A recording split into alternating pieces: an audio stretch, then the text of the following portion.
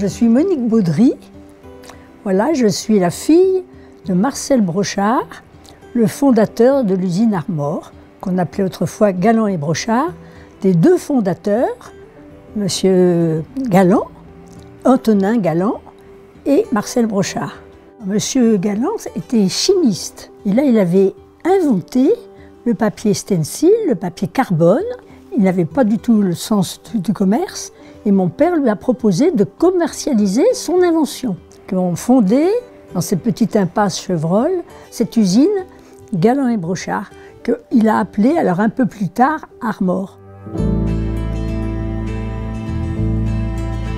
La relation avec M. Galland était très très forte. Ils se voyaient beaucoup, les femmes se voyaient beaucoup.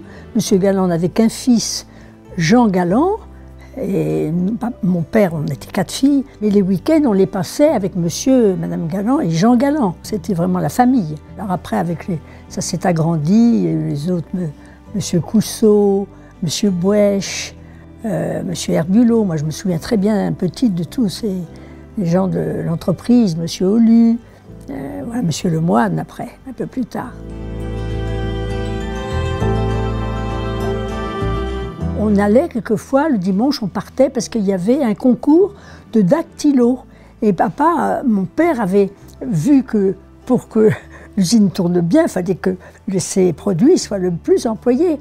Et il avait eu cette astuce de dire il faut que j'y intéresse toutes les dactylos, parce qu'elles vont réclamer Armor. Elles vont dire non, non, il ne faut pas prendre les autres produits, il y avait des autres produits. Non, non, il faut prendre Armor. On l'a vu grandir, elle est devenue, j'allais dire, mondiale, enfin voilà. Et on était très contents pour tous ceux qui travaillaient chez Armor. C'est de la fierté, c'est aussi de la reconnaissance quand même. C'est pas comme mon père, c'est tous ceux qui ont travaillé à Armor qui en ont fait cette magnifique réussite. Et je crois que les compliments devraient revenir à tous les travailleurs de chez Armor.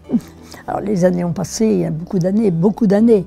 Mais je découpe toujours, quand je vois un article sur Armor, dans les journaux nantais ou autres, je découpe, je regarde et je suis en admiration de ce que M. Boisredon a fait. C'est vraiment en admiration et je suis toujours très très très contente de la prospérité d'Armor.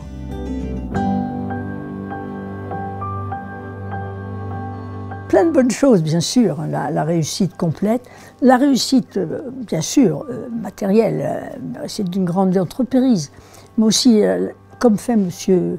Boisredon, qui a des grandes valeurs, eh bien, la réussite morale, hein, que chacun y trouve bien sa place.